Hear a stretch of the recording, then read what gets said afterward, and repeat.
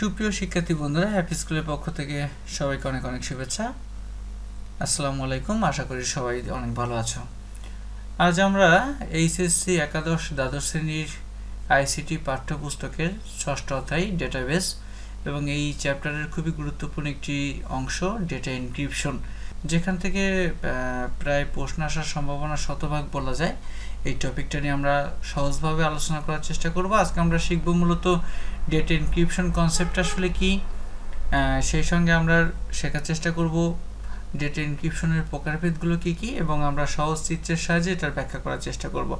তো ফার্স্টেই যদি একটু বলি যে ডেটা এনক্রিপশন কনসেপ্ট আসলে কি, তাহলে তোমাদেরকে একটু বলতে হয় ব্যাপারটা এরকম যে আমরা যে ডেটাগুলো প্রতিদিন ব্যবহার করি, সেই ডেটাগুলো অনেক সময় অনাকাঙ্ক্ষিত ব্যক্তির কাছে যদি চলে যায়, তাহলে পরে কিন্তু আমাদের অনেক ক্ষতি হতে পারে। যেমন আমি একটা এক্সাম্পল এখানে রেড কালারে ব্যবহার করে লিখেছি। ধরো আমি কোনো একজন ব্যক্তিকে বললাম যে আগামীকালকে আমি তাকে ১,১৫,০০০ টাকা সকালবেলা দেব। তো এটা যদি থার্ড পার্সন কেউ শুনে ফেলে, তাহলে কি হতে পারে? তাহলে ওই ব্যক্তি কিন্তু আগামীকাল সকালে আমার কাছ থেকে টাকাটা ছিনতাই করে নিয়ে নিতে পারে। তা আমি সেই ক্ষেত্রে ওই ব্যক্তিকে মেসেজটা ১,১৫,০০০ এভাবে না লিখে যদি আমি হেক্সাডেসিমাল কোড ব্যবহার করি, অর্থাৎ আমরা তো সবাই জানি যে 10-এর পরিবর্তে আমরা কি ব্যবহার করতে পারি, 10-এর পরিবর্তে আমরা এ ব্যবহার করতে পারি হেক্সাডেসিমাল কোডে। তো এবং 15-এর পরিবর্তে এফ, তাহলে 10-এর জন্য আমরা এ ব্যবহার করলাম এবং 15-এর জন্য আমরা ব্যবহার করলাম এফ, এবং 3টা জিরো এইভাবে না লিখে আমি এখানে লিখলাম 30। তাহলে কি হবে দেখো ব্যাপারটা, এটা যদি আমি কোনো ব্যক্তিকে মেসেজ করি যাকে আমি টাকাটা দেবো, এই পরিমাণ টাকাটা আমি যাকে দেবো মূলত তাকে যদি আমি এইভাবে মেসেজটা করি, তাহলে এই মেসেজটা যদি অন্য কেউ পড়েও ফেলে, তবুও কিন্তু তিনি বুঝতে পারবে না যে অ্যাকচুয়ালি আমি তাকে কত অ্যামাউন্টে টাকাটা দিব। তো অ্যাকচুয়ালি ডেটা এনক্রিপশনের ক্ষেত্রে আমরা এই যে ১,১৫,০০০ টাকাটা যেটা আমরা এখানে রেড কালারে লিখেছি, এটাকে ডেটাবেজের ভাষায় বলা হয় প্লেইন টেক্সট। এবং আমরা যে হেক্সাডেসিমাল কোড ব্যবহার করে এটাকে নতুন একটা ফরম্যাটে নিয়ে আসলাম AF30, এই ১,১৫,০০০কে যে AF30-তে কনভার্ট করলাম, যেটা সাধারণ মানুষ বুঝতে পারবে না, এটাকেই কিন্তু মূলত বলা হয় ডেটা এনক্রিপশন। অর্থাৎ যেটাকে সর্বসাধারণের বোঝার জন্য বা সর্বসাধারণ যাতে বুঝতে না পারে তার জন্য দুর্বোধ্য করে তোলা। দেন ওই ব্যক্তিকে আমি আবার বলে দিলাম যে ভাই আপনি এখানে হেক্সাডেসিমাল কোড ব্যবহার করবেন এবং লাস্টে যে 30 আছে ওইটা আসলে 3টা জিরো মনে করবেন। আমি ওই ব্যক্তিকে ধরো ফোনে আলাদা করে বলে দিলাম, তখন ওই ব্যক্তি কিন্তু আবার এর পরিবর্তে 10, এফের পরিবর্তে 15 এবং 30-এর পরিবর্তে 3টা জিরো যদি বসিয়ে নেয়, তখন সাইফার টেক্সটটা পুনরায় কিন্তু আবার প্লেন টেক্সটে কনভার্ট হয়ে গেল। এটাকে কিন্তু বলা হয় ডিক্রিপ্ট বা ডিক্রিপশন। তাহলে ওভারঅল এনক্রিপশন এবং ডিক্রিপশন বলতে যেটা বোঝাচ্ছে সেটা হচ্ছে যে প্লেন টেক্সটকে যখন আমরা সাইফার টেক্সটে কনভার্ট করব, তখন সেটাকে বলা হয় এনক্রিপশন বা এনক্রিপ্ট, এবং সাইফার টেক্সটকে যখন আমরা প্লেন টেক্সটে কনভার্ট করব, তখন সেটাকে বলা হয় হচ্ছে ডিক্রিপশন বা ডিক্রিপ্ট।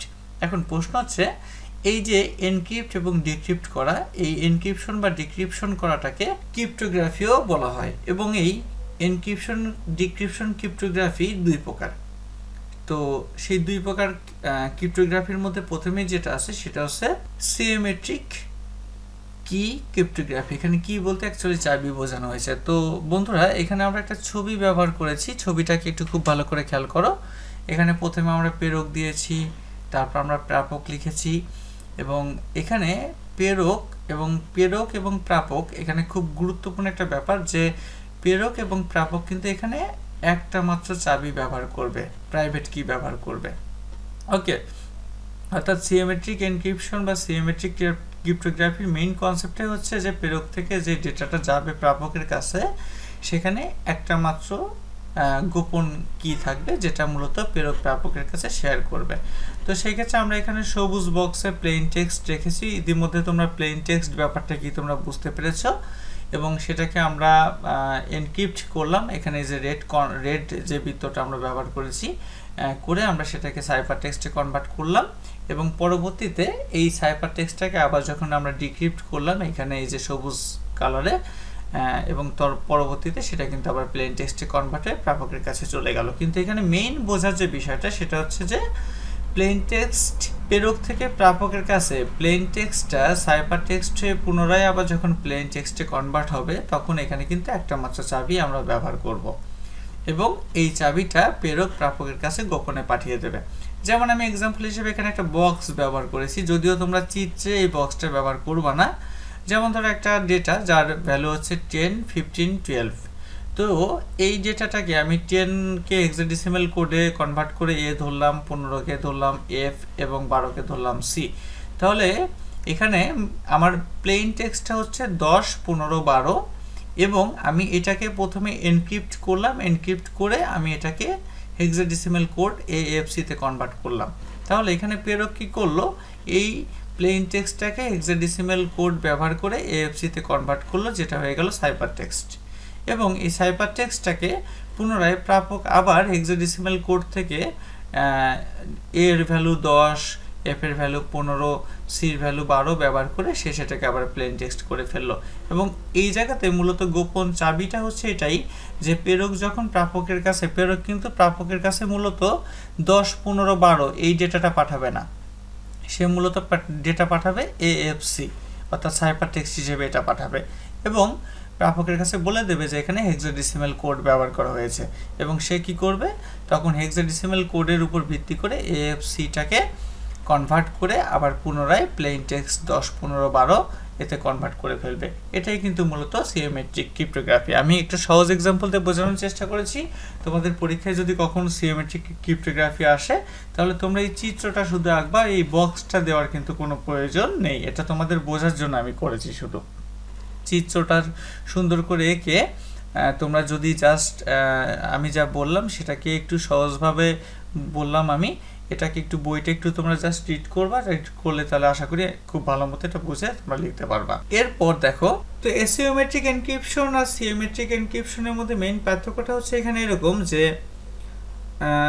সিওমেট্রিক এনক্রিপশনে একটা মাত্র চাবি ব্যবহার করা হতো আর এখানে চাবি ব্যবহার করা হবে দুইটা। এবং এখানে ডেটা প্রেরক যখন এনক্রিপ্ট করবে তখন সেটা এক পদ্ধতিতে এনক্রিপ্ট করবে এবং প্রাপক ওই ডেটাটাকে যখন আবার পুনরায় ডিক্রিপ্ট করবে তখন পদ্ধতিটা আলাদাভাবে করবে। যেমন ধরো এখানে মেইন টেক্সটটা হচ্ছে আমার মেইন ডেটাটা, অর্থাৎ প্লেন টেক্সট হচ্ছে 16। তো প্রেরক যে কাজটা করলো 16কে 2 দিয়ে ভাগ করে 8 বানালো এবং এটাকেই সে মূলত এই যে 2 দিয়ে ভাগ করা এই প্রসেসটাকেই বলা হলো এনক্রিপ্ট এবং সে মূলত এখানে সাইফার টেক্সট হিসেবে 8 প্রাপকের কাছে পাঠিয়ে দিল। ওকে, এখন প্রাপকের কাছে সে যখন পাঠালো, প্রাপক কিন্তু এই ডেটাটাকে অর্থাৎ 8কে পুনরায় 16তে রূপান্তর করার জন্য সে কিন্তু এটাকে 2 দিয়ে গুণ করে আর করবে না, অর্থাৎ প্রাথমিক চাবিটাকে সে কিন্তু আর ব্যবহার করবে না। তার পরিবর্তে সে কি করতে পারে, সে আমি এখানে একটা এক্সাম্পল দিয়েছি, তার কাছে আমি চাবিটা তার কাছে প্রেরক চাবিটা এমন একটা চাবি দিল, ব্যাপারটা এরকম বললো যে তুমি যে কাজটা করবা 2 পাওয়ার কিউ করবা, তার সঙ্গে 8 যোগ করলে পরে তুমি সাইফার টেক্সটটা পেয়ে যাবা।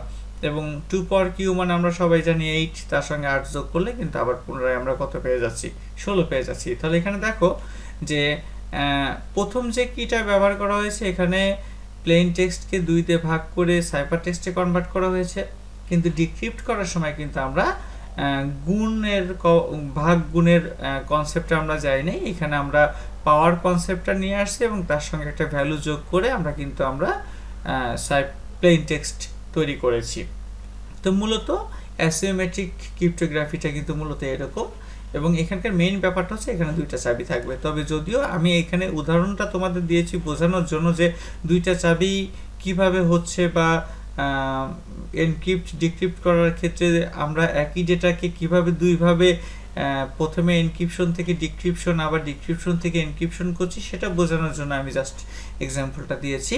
পরীক্ষার খাতায় তোমাদের এই এক্সাম্পলটা দেওয়ার কোনো দরকার নেই, শুধু ছবিটা দিয়ে বর্ণনাটা দিয়ে দিলেই কিন্তু হয়ে যাবে। তো আমি আশা করি তোমরা ডেটা এনক্রিপশন কনসেপ্টটা কি এবং ডেটা এনক্রিপশনের প্রকারভেদটা কি সেটা বুঝতে পেরেছো। পরবর্তী ক্লাসে আমরা ডেটা কোয়েরি সম্পর্কে আলোচনা করব। সে পর্যন্ত ধন্যবাদ সবাইকে।